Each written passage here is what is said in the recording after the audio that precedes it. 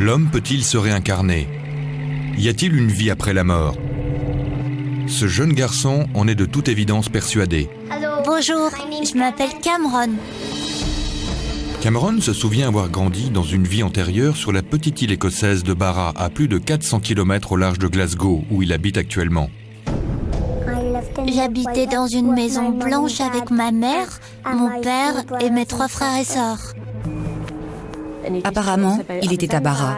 Et tout à coup, il est tombé et a atterri dans mes bras. Si je lui demande « Qu'est-ce que tu entends par là ?», il me répond « J'étais à Barra et je suis tombé dans une sorte de trou ». Des enfants du monde entier prétendent se souvenir de vies antérieures. C'est un phénomène particulièrement intéressant. Avec l'aide du psychiatre Jim Ticker, Cameron et sa mère vont essayer de percer le mystère de sa soi-disant vie antérieure à Barra. Existe-t-il des explications rationnelles aux coïncidences étonnantes qui vont suivre? Ou faut-il y voir l'œuvre de forces surnaturelles?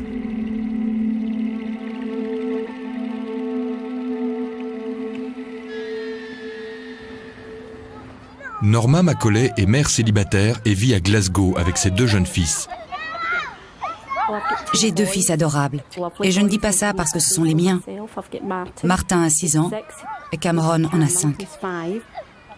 Depuis que Cameron s'est parlé, il ne cesse de décrire sa soi-disant enfance passée à Barra, une île de l'archipel écossais des Hébrides.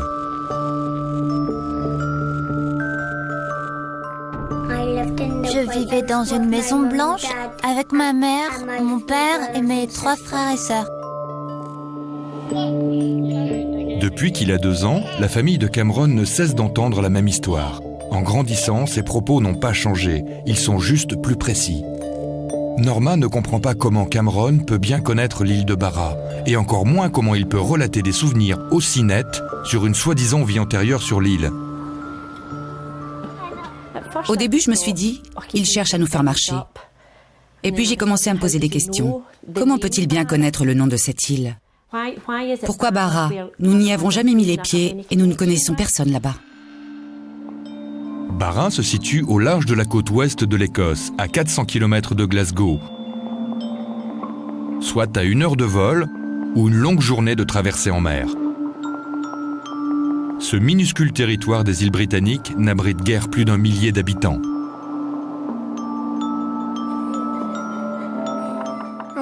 Mon endroit préféré à Barra, c'était la plage. J'emmenais mon chien et on jouait tous ensemble avec mes frères et mes sœurs. Il me disait souvent « Ma maison est à Barra ». On voyait les avions atterrir sur la plage. Il disait que les avions se posaient sur le sable. À Barra, il y a plein d'espace pour jouer, alors qu'ici, les maisons sont collées les unes aux autres.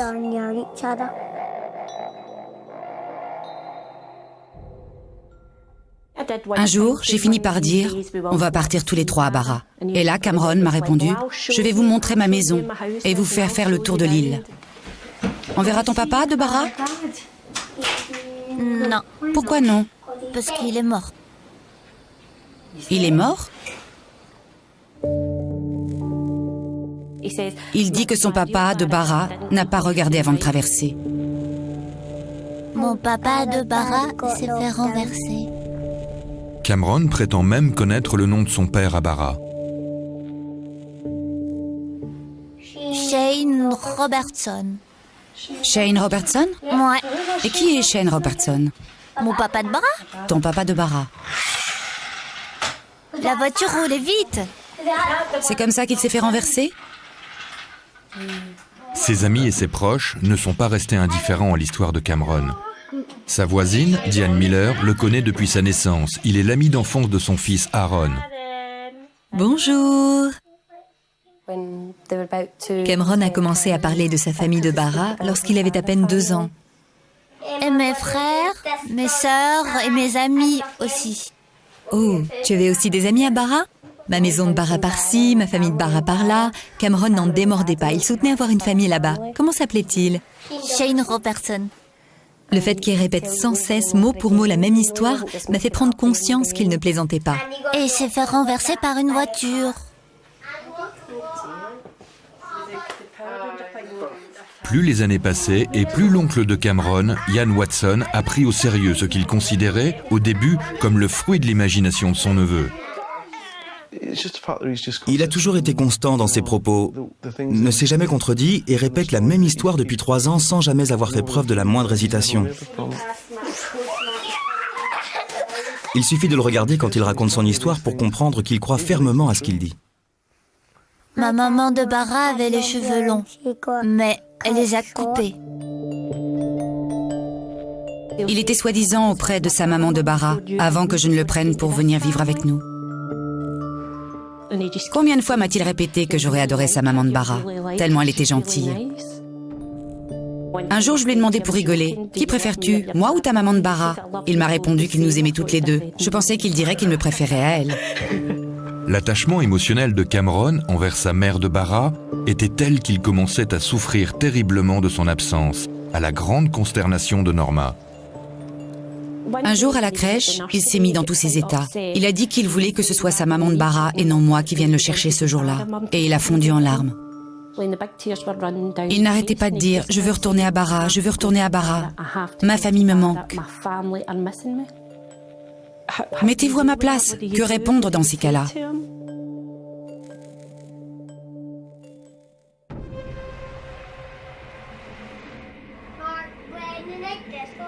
Depuis le jour où il a appris à parler, Cameron n'a cessé de décrire sa vie antérieure, son enfance passée sur la lointaine île écossaise de Bara, dans les Hébrides.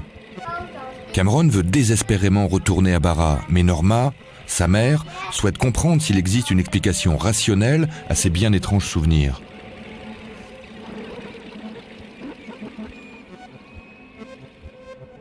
Je suis quelqu'un de très ouvert, et pourtant je me sens totalement dépassée par ce qui arrive à mon fils.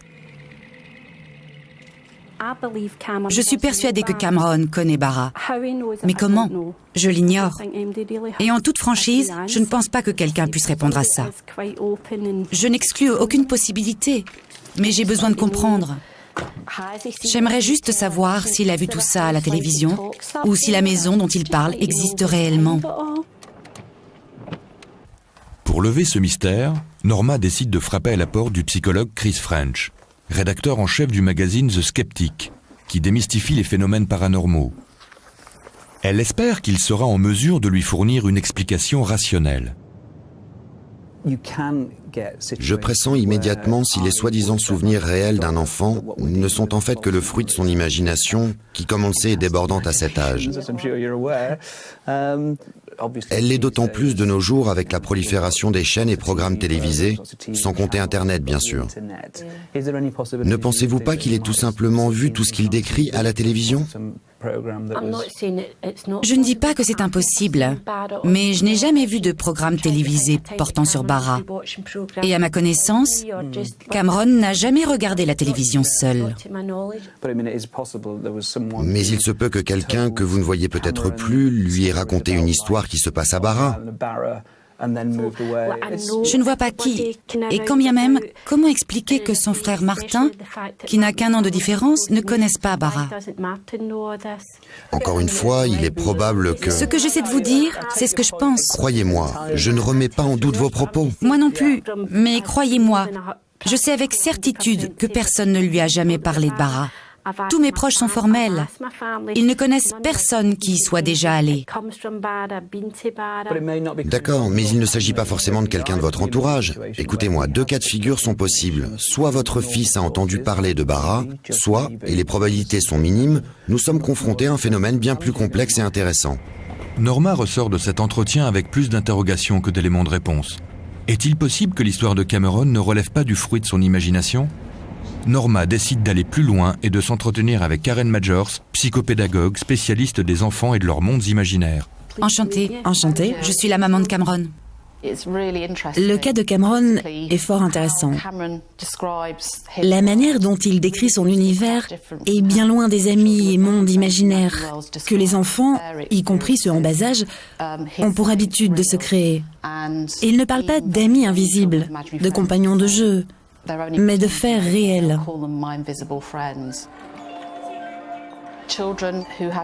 Les enfants qui se créent leur univers, leur bulle si vous voulez, en sont les maîtres. Ce sont eux qui tirent les ficelles, qui décident de ce qui se passe. C'est là une caractéristique propre à ce phénomène. Or, il semble que Cameron ne rentre pas dans ce moule. Il ne contrôle absolument rien. Il en est la marionnette. Il faut donc, à mes yeux, creuser ailleurs. La conclusion de Karen conforte Norma dans sa conviction. Les descriptions faites par Cameron sur sa vie à Barra ne sont pas banales. Elles ne relèvent pas de son imagination comme on l'observe bien souvent chez les enfants de son âge. Mais son cas n'est pas pour autant isolé. Au cours des 40 dernières années, 2500 enfants prétendant se souvenir d'une vie antérieure ont été répertoriés. Toute une équipe de chercheurs s'est alors constituée dans l'enceinte de l'Université de Virginie pour étudier ce phénomène. Le psychiatre Jim Tucker en dirige les recherches. On l'observe partout dans le monde, dans les milieux et familles qui croient ou non en la réincarnation. Nombreux sont les cas où les déclarations des enfants se sont révélées exactes. La constance et la précision des souvenirs relatés sont deux caractéristiques récurrentes.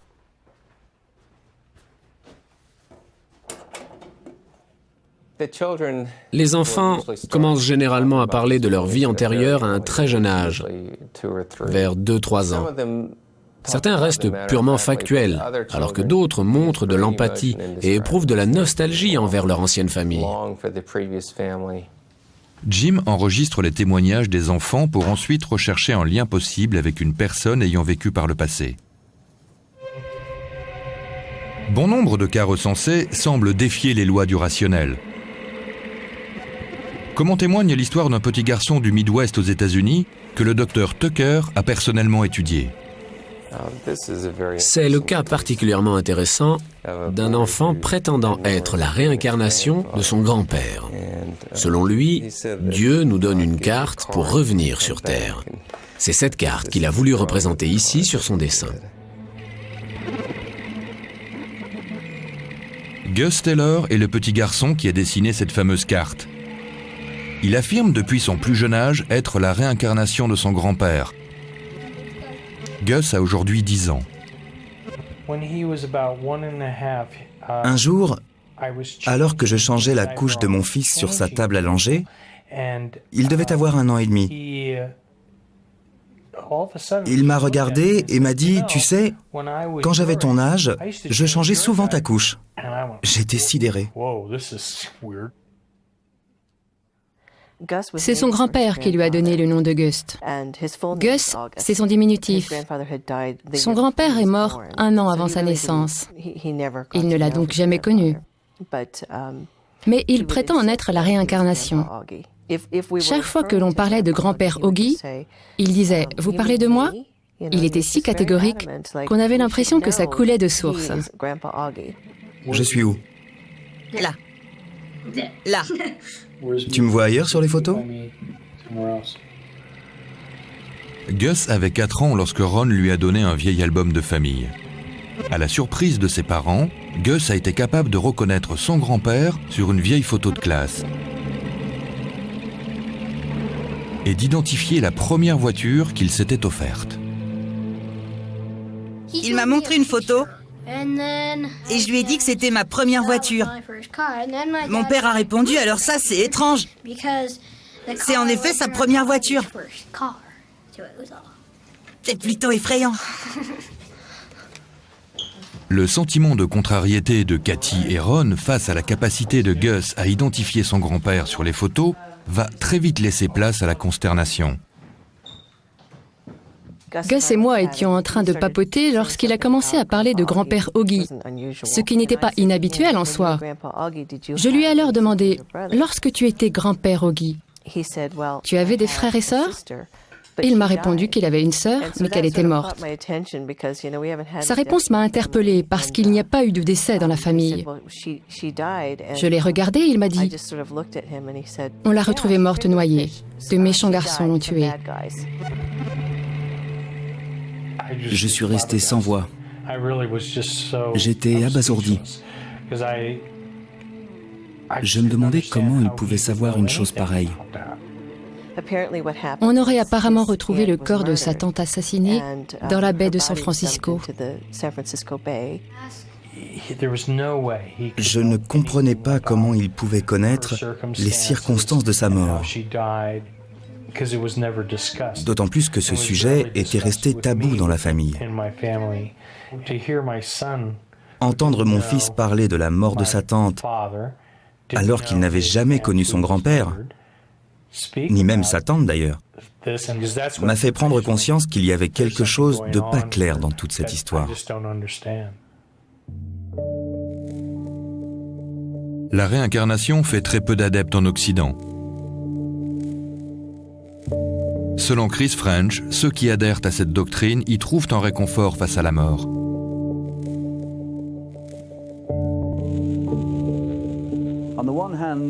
D'un côté, la science soutient qu'il n'y a rien après la mort. D'un autre côté, il y a tout un courant de pensée qui prétend qu'il y a une vie après la mort, que nous retournons auprès de nos êtres chers. Vu sous cet angle, l'homme renaît perpétuellement. Qu'y a-t-il de plus plaisant? Chacun de nous aimerait croire qu'il en est ainsi.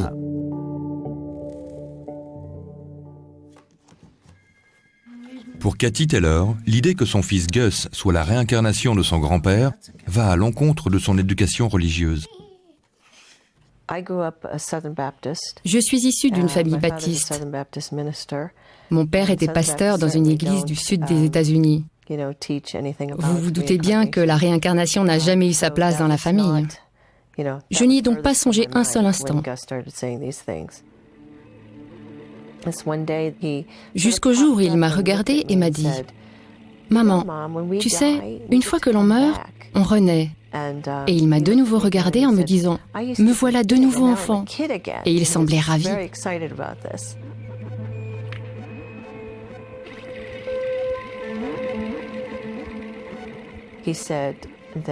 Il disait que Dieu lui avait donné un ticket. Il faisait également référence à un hublot. Il serait soi-disant passé à travers un hublot pour se retrouver dans la peau d'un enfant.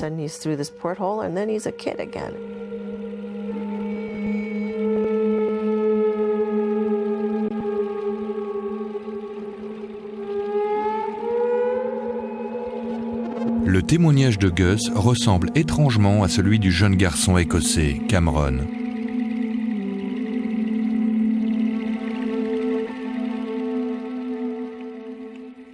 Il dit être tombé et s'être retrouvé ici. Lorsque je lui pose la question « Comment ?», il me répond qu'il était à Barra, qu'il est tombé et atterri dans mes bras.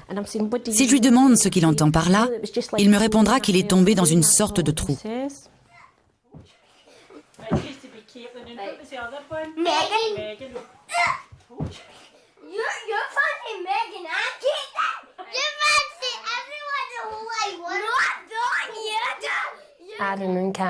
Un jour, alors qu'Adam et Cameron étaient en train de jouer, j'ai entendu Adam dire que ce n'était pas si grave de mourir, parce que Cameron lui avait dit qu'après la mort, on renaît dans le corps de quelqu'un d'autre. Norma s'est vite rendu compte qu'il n'existe pas de réponse simple aux interrogations soulevées par les souvenirs mystérieux de Cameron. Suite aux demandes incessantes de son fils, Norma se décide finalement à amener Cameron à Barra. C'est tout réfléchi, nous partons pour Barra. Ce n'est pas une décision prise sur un coup de tête. Cette question m'a hanté l'esprit et m'a coûté de houleuses discussions avec ceux qui n'y étaient pas favorables. Et j'espère pouvoir leur prouver que j'ai pris là la bonne décision. Ce voyage permettra peut-être de fournir une explication aux souvenirs de Cameron, ou de les enterrer à tout jamais. Tu veux courir ? J'espère qu'une fois à Barra, Cameron verra de ses propres yeux que Barra n'a rien à voir avec ce qu'il s'était imaginé et tournera la page une fois pour toutes. Il est grand temps de faire quelque chose, car toute cette histoire va trop loin. Beaucoup trop loin. Depuis le centre de recherche de l'Université de Virginie, Jim Tucker s'est entretenu avec Norma et s'est intéressé de très près au cas de Cameron. Tous les détails fournis par Cameron devraient nous permettre de lever ce mystère. Barra est une petite île et nous disposons d'un nom. Nous devrions donc être en mesure de vérifier si les témoignages de Cameron collent ou non à la réalité. C'est une opportunité sans précédent pour Jim, qui n'hésite pas une seconde à sauter dans le vol Virginie-Glasgow pour rejoindre Norma et suivre l'affaire en personne. La tournure que prend toute cette histoire est intéressante. Si les propos de l'enfant se vérifient, nous aurons alors la preuve qu'il s'agit bien là de souvenirs d'une vie antérieure. Norma, enchantée. Voici Cameron. Bonjour Cameron. Cameron, dis bonjour au monsieur. Non. Je suis le docteur Tucker, comment vas-tu? C'est le docteur Tucker. Bonjour. Tu peux me décrire ta maison à Barra? Elle était blanche. Tu te souviens combien d'étages il y avait? Un ou plusieurs? Un étage. Est-ce que tu as vu ton père se faire renverser? Tu te souviens de son nom? Oui, comment s'appelait-il? Shane Robertson. Shane Robertson. Tu pourrais me le décrire? Il avait les cheveux en brosse et il portait toujours des chemises. Les cheveux en brosse. Et portait des chemises. Norma a fini par trouver quelqu'un à qui se confier, quelqu'un qui la comprenne. Il parlait de cette autre famille avec un tel enthousiasme que les gens pensaient que je l'avais adopté ou qu'il n'était pas mon fils biologique. Et en parle-t-il toujours autant? Quelquefois, il va en parler un peu moins, mais pour repartir de plus belle le lendemain. Il est content de partir à Barra? Ouais.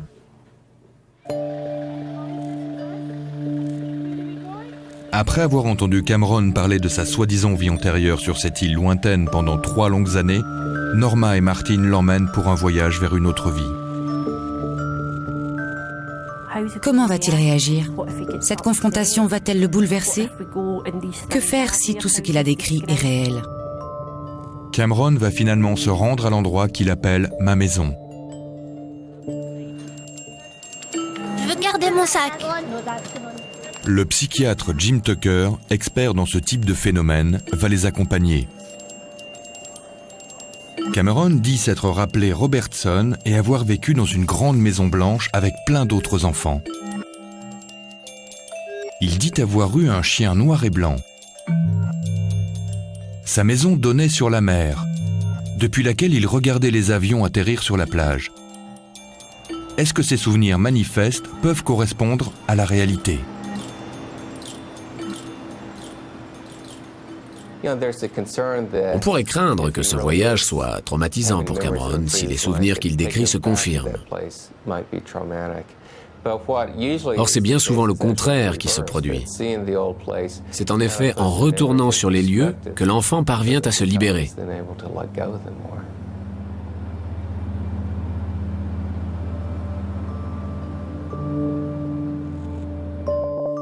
Les avions se posaient sur la plage.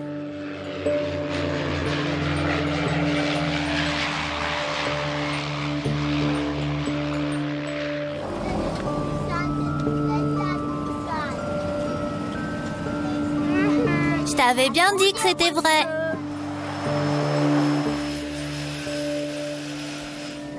Tu reconnais? Oui.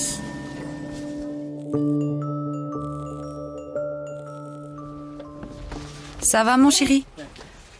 Oui? Tu es un grand garçon.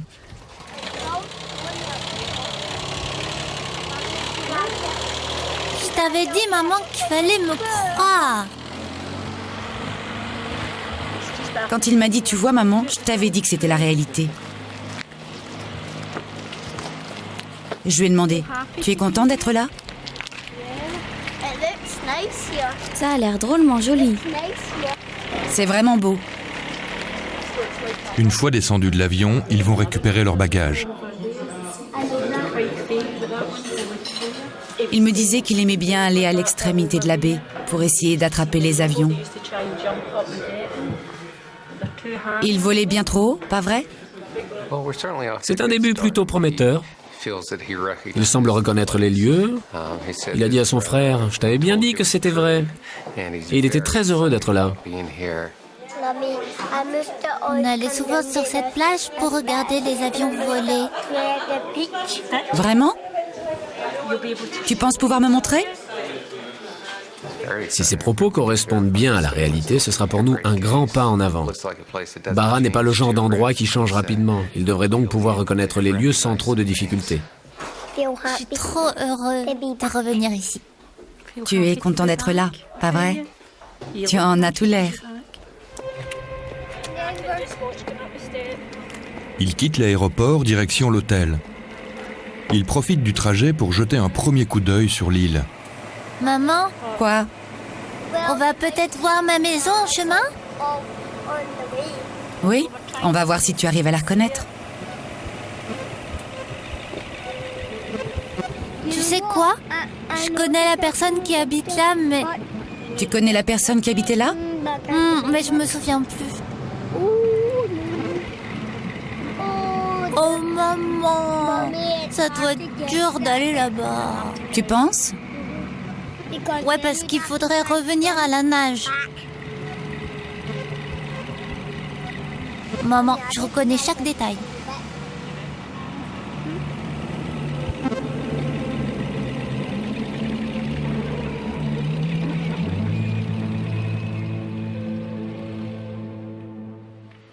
Cameron, ne saute pas sur le lit, tu m'entends?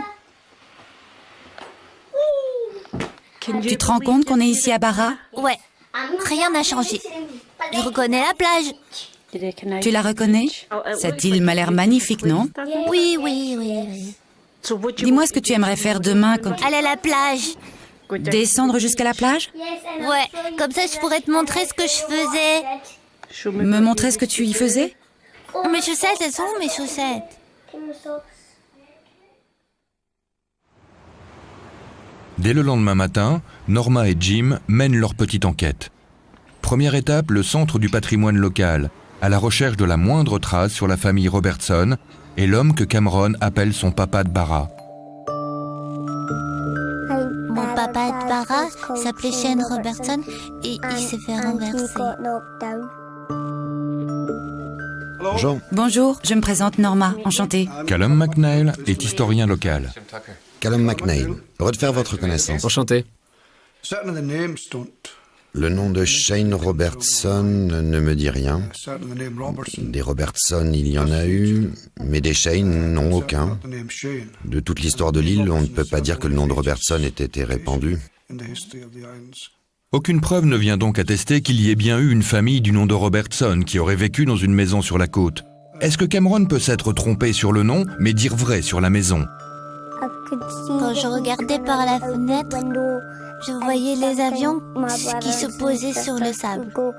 Quand mes frères et sœurs allaient à la plage, je pouvais les voir courir depuis la fenêtre. Dans notre maison, il y avait un téléphone comme celui-là. Le témoignage de Cameron apporte des éléments clés sur l'endroit et la période à laquelle il prétend avoir vécu sur l'île. De quelle époque peut-il bien s'agir, sachant qu'il a parlé d'avion et de téléphone? Très probablement après la guerre. Après? Oui, après la guerre. Il parle d'avions qu'il voyait atterrir depuis chez lui. On peut donc supposer qu'il vivait à l'extrême nord de l'île. J'en dirais autant, oui. Les allées et venues d'avions volant à haute altitude indiquent en effet qu'il vivait à l'extrême nord de l'île. Cet indice va les conduire sur la route menant à l'extrême nord de l'île.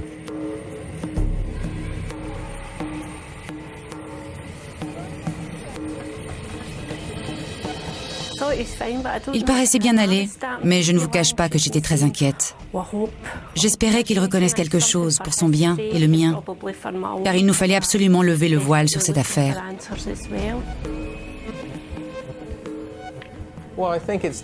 Il n'y a rien de plus décevant pour un enfant que de ne rien reconnaître une fois sur les lieux de sa vie antérieure.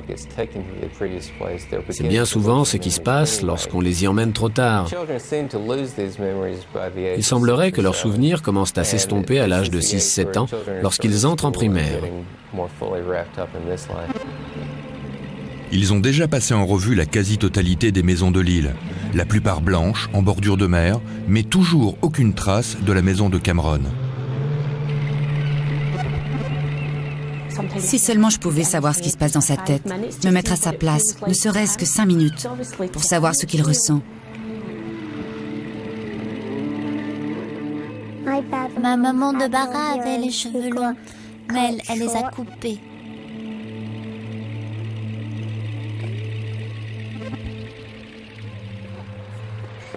Alors que la déception gagne Jim et Norma, Cameron, lui, est tout simplement heureux d'être à Bara. Il ne tient pas en place tellement il est heureux d'être là. Hier, il m'a même demandé si sa joie se lisait sur son visage. Il n'a pas arrêté de répéter à son frère, « Tu vois, je t'avais bien dit que c'était la vérité, que je ne mentais pas, tu vois ?» En dehors des avions qui atterrissent bien sur la plage, aucun autre lien ne peut être établi entre les souvenirs de Cameron et la réalité. J'ai eu une discussion avec lui ce matin pour qu'il sache que ce n'est pas grave s'il ne se souvient pas de quelque chose et que si ça arrive, il ne doit pas se sentir obligé de quoi que ce soit, mais nous dire simplement « je ne me souviens plus ». Et il m'a répondu « ne t'inquiète pas maman, je te dirai la vérité ». Aucune maison blanche s'apparentant à la description de Cameron. Pas de chien blanc et noir, pas de famille Robertson non plus. Ils retournent à l'hôtel sans la moindre piste.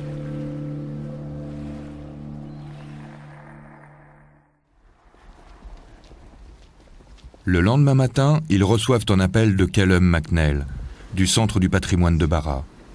Il veut leur parler de toute urgence. Il a de nouveaux éléments en sa possession. J'ai reçu un appel aujourd'hui m'informant qu'il y a une maison à l'extrême nord de l'île où une famille du nom de Robertson a vécu. C'est une maison en bordure de mer, elle est blanche. Elle donne directement sur la plage. Seuls les propriétaires originaires de l'île sont répertoriés dans les archives de Callum. Or, les Robertson venaient d'Écosse. Ça remonte à quelle année? Aux années 60-70. Maintenant qu'on a la certitude qu'il s'agit de la bonne maison, peut-on aller la voir? Oui, bien entendu. Pour s'y rendre, ils empruntent des chemins qu'ils n'avaient encore jamais pris. Cameron ignore où ses parents l'emmènent. Ils ne veulent ni influencer sa réaction, ni le décevoir. Ils suivent une petite route côtière les menant tout droit à la maison.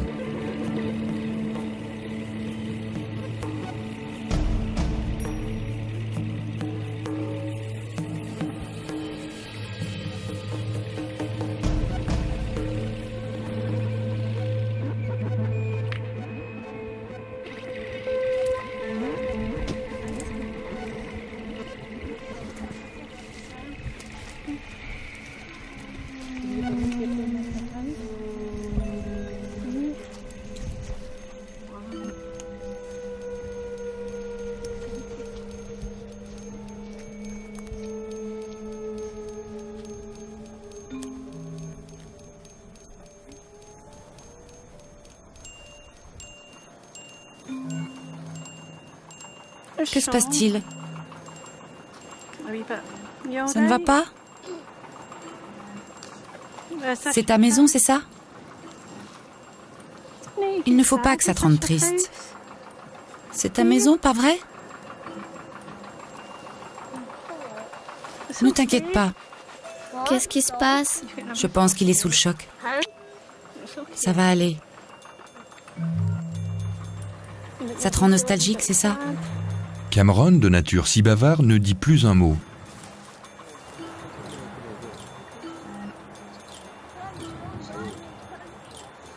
En contrebas, des rochers et un portillon menant directement à la plage.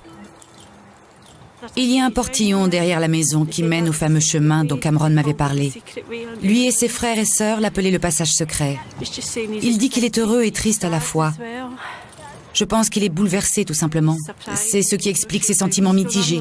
En toute honnêteté, je ne sais pas non plus ce que je ressens.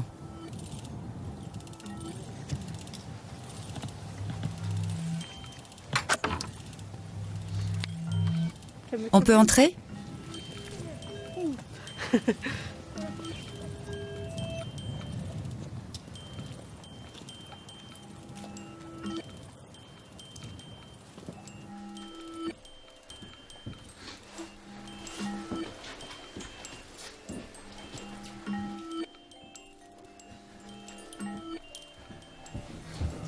Tu as vu, on a la même cheminée. Maman, regarde. Quoi? Regarde. Ah oui, je vois. Waouh.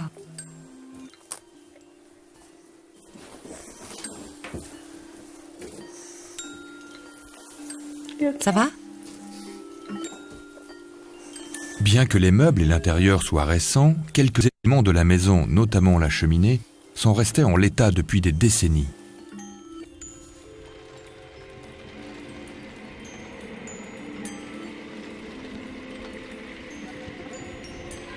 Quand je regardais par la fenêtre, je voyais la plage. Et quand mes frères et sœurs allaient jouer dans le sable, je pouvais les regarder depuis la fenêtre.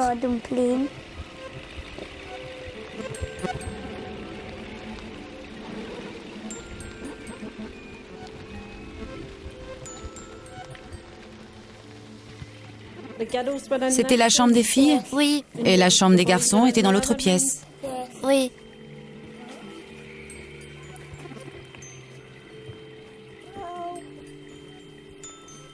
Je peux? C'était exactement pareil? Non. L'allume-cheminée n'y était pas? Tu es content de revoir ta maison?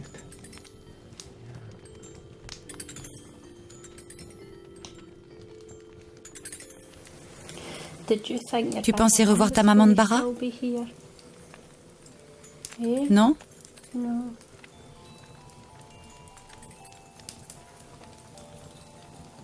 Elle te manque? Je suis là, moi.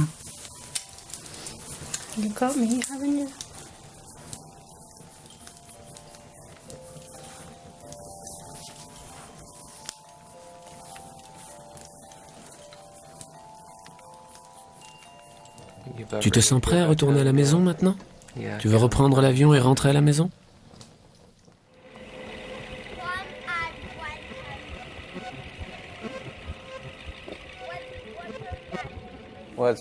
Ce voyage a été fructueux. À notre arrivée sur l'île, nous n'avions en notre possession qu'un nom et la description d'une maison. Au final, nous sommes parvenus à découvrir qu'il y a bien eu une famille du nom de Robertson qui vivait dans une maison comme celle décrite par Cameron. L'enquête n'est pas finie. Il nous reste encore à vérifier si les propos de Cameron sur sa supposée famille de Bara correspondent eux aussi à la réalité.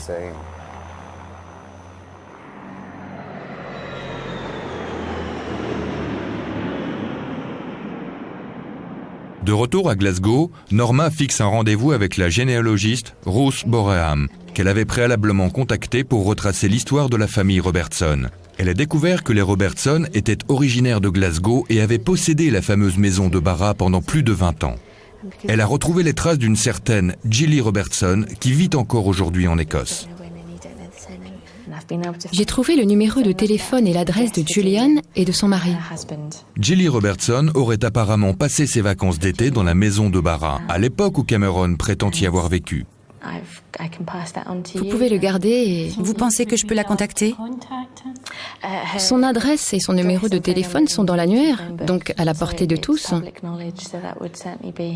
Vous pouvez donc en effet envisager d'entrer en contact avec elle. L'âge correspond. Elle a 2 fils, 2 frères et une sœur. C'est incroyable. Norma a désormais entre les mains les coordonnées d'un membre de la famille des Robertson.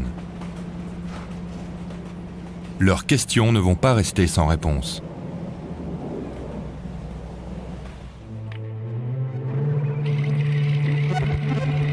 Voici la maison dans laquelle Cameron, âgé de 5 ans, affirme avoir vécu dans une vie antérieure. Il soutient y avoir grandi avec sa famille, les Robertson. Cette maison, qui correspond mot pour mot aux descriptions de Cameron, aurait appartenu à une famille du même nom, qui venait y passer ses vacances d'été dans les années 60-70. La maman de Cameron, Norma, est partie à la recherche de Gilly Robertson et a convenu d'un rendez-vous avec elle. Mais de retour à Glasgow, la réaction de Cameron, en apprenant la nouvelle, fait l'effet d'une bombe. La nuit dernière, Cameron a littéralement explosé. On était en train de rigoler, tout allait bien, et en l'espace d'une seconde, il a fondu en larmes. Il était terrifié. Il s'en est même pris à son frère. Cameron, Cameron! Il est passé des rires aux larmes en un clin d'œil. Je sentais bien qu'il était bouleversé. Il me suppliait de ne pas y aller.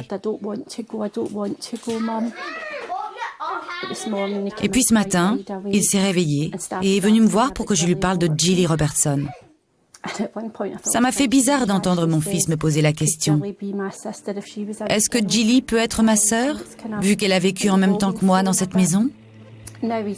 Il est finalement d'accord pour la rencontrer. Bonjour.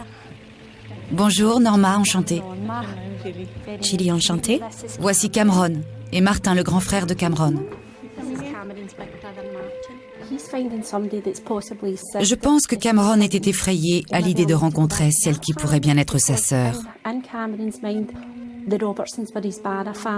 Il avait peur d'être obligé de retourner auprès de sa famille de Barra. Voici la maison. Et en contrebas, la magnifique plage. C'était comme ça quand tu étais à Barra?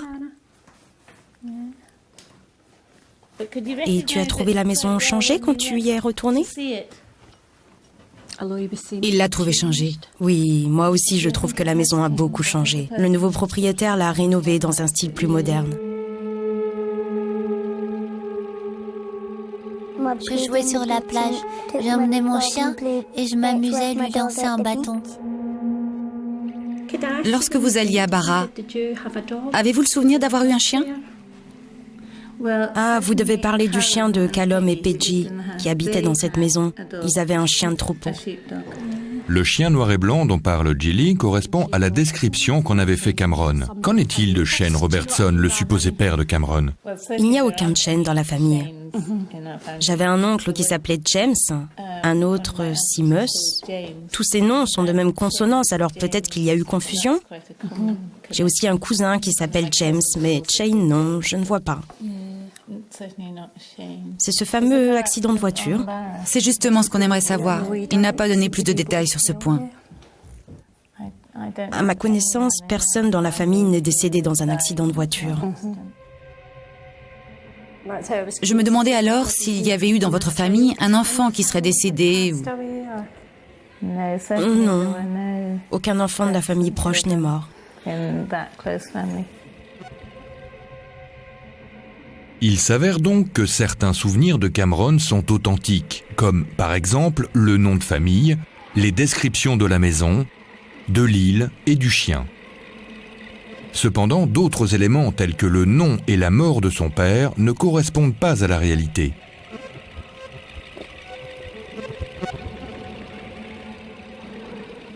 Au début, j'espérais que les souvenirs de Cameron étaient exacts. Et puis, en y réfléchissant bien, je me suis dit que ce serait bien trop étrange tout de même si tout collait mot pour mot à la réalité. De nombreux souvenirs coïncidaient avec les propos de Gilly. D'autres non. C'est peut-être normal après tout. Si ma sœur et moi devions évoquer des souvenirs communs, nous en aurions probablement une perception différente.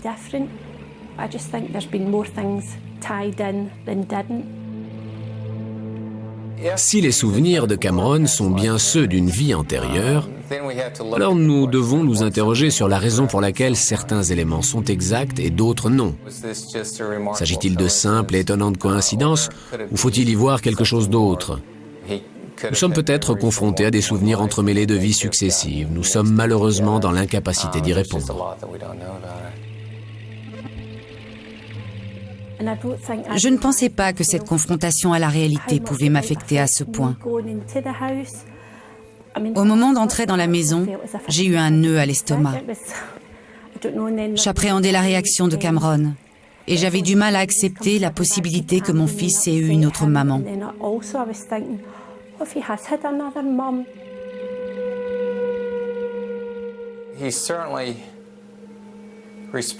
La manière dont Cameron a réagi montre clairement son attachement à cette maison.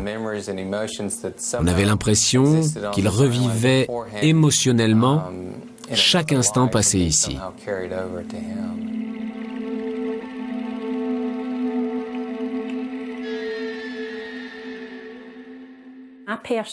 Toute cette histoire est plus compliquée qu'elle n'en a l'air. Chacun est libre de se faire son propre jugement, mais à mes yeux, il ne fait aucun doute que mon fils a dit vrai. Il reste des zones d'ombre qui, à mon avis, ne pourront jamais être élucidées. Il n'existe donc pas de réponse claire. Mais une chose est sûre, les souvenirs persistants d'une vie antérieure passée sur une île lointaine ne hantent plus l'esprit de Cameron. Depuis que Cameron est allé à Barra et que nous avons vu de nos propres yeux que ce qu'il disait était vrai, ses souvenirs ne viennent plus le hanter. C'est en quelque sorte comme s'il n'avait plus rien à prouver. J'ai l'impression qu'il est en paix avec lui-même. C'est incroyable comme les choses ont changé.